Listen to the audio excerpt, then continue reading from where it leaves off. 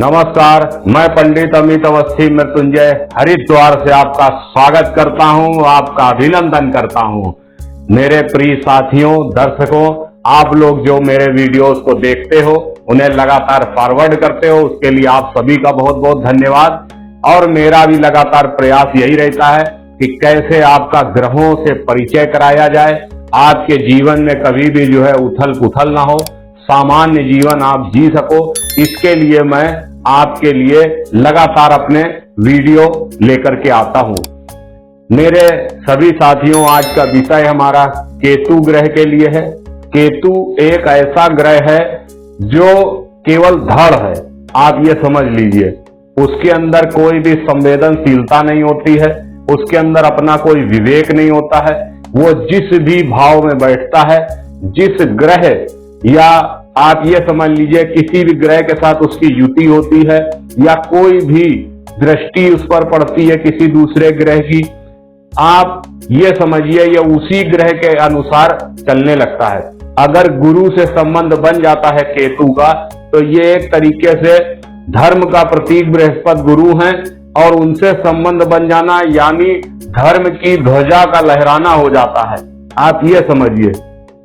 तो केतु के बारे में भी इतना स्पष्ट नहीं किया जा सकता है कि किस तरीके से यह आपकी जन्म कुंडली में आपको फल देने वाला है। लेकिन जब जन्म कुंडली आपकी देखी जाएगी, उसमें केतु का स्थान देखा जाएगा कि केतु किस स्थान में बैठा हुआ है, फिर विचार हो सकता है कि केतु आपको कैसे फल देता है।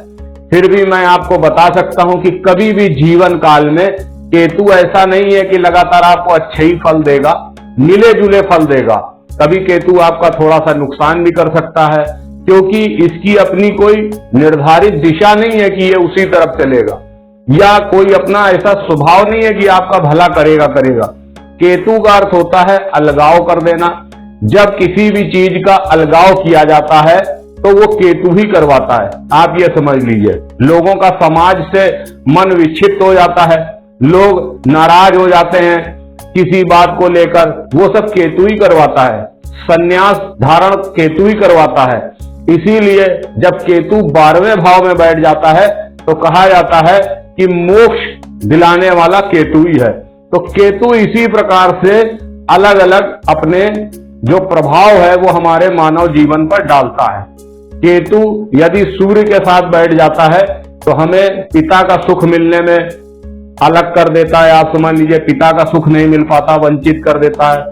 केतु चंद्रमा के साथ बैठ जाए तो हमारे मन को हर समय विचलित रखता है।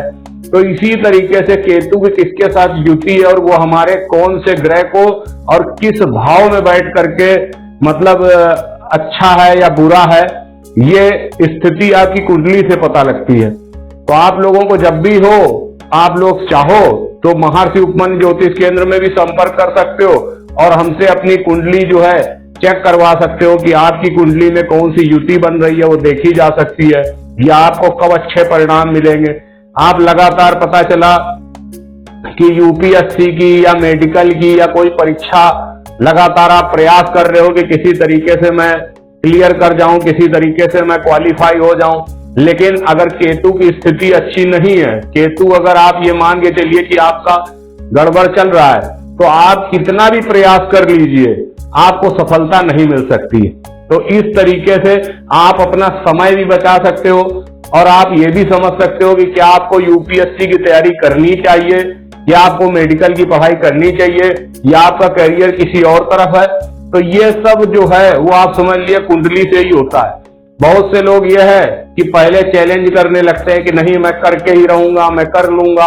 बाद में जब हताश हो जाते हैं तब पूछते हैं कि गुरुजी हमारे 5-6 साल खराब हो गए, अब हमारा मन भी खराब है, हम कुछ कर भी नहीं सकते, तो हमें बताइए। तो अगर 6-7 साल 8 साल खराब करने के बाद आपको अकल आती है कि अब हम कुछ पूछ लें, जब हम कहीं भी अपने आप को खड़ा नहीं कर पा रहे हैं समाज में, क्योंकि आपने ख्वाब तो बहुत बड़े बड़े देखे, तो ख्वाब तो दिखाए ग्रह ने, लेकिन आपको कभी कामयाब नहीं होने दिया। तो ये सब जो है ये केतु के कारण होता है। तो आपको भी अपनी कुंडली पर अवश्य विचार करना चाहिए। केतु जो है अलग अलग भाव में बैठेगा। लग्न में बैठ गया अगर केतु, तो आपको इस तरीके से बना देगा कि आपको फैसले लेने में कई बार कठिनाई हो जाएगी। अगर द्वितीय भाव से संबंध हो गया तो पता चला आपका धन आएगा तो कमाओगे तो, लेकिन खर्च लगातार होता रहेंगे या पैतृक धन आपको नहीं मिल पाएगा। तीसरे भाव से संबंध हो गया तो छोटे भाई बहनों से प्रेम नहीं मिलेगा। चतुर्थ में हो गया तो आपको घर की जो है ये समझ लीजिए कि ऐसा स्थान है कि आपको घर को त्यागना ही पड़ेगा। तो इस तरीके से अलग अलग भाव में बैठकर अलग अलग केतु परिणाम देता है। किसी समय हम भाव पर जब वीडियो बनाएंगे तो हम आपको अच्छे से बताएंगे। अभी फिलहाल ये केतु का एक परिचय मात्र है, तो मैं परिचय यही देना चाहता हूं आपको कि केतु एक आप समझ लीजिए अड़ियल ग्रह है, जो अड़ गया, जो खड़ा है तो वो अपनी मर्जी का करेगा।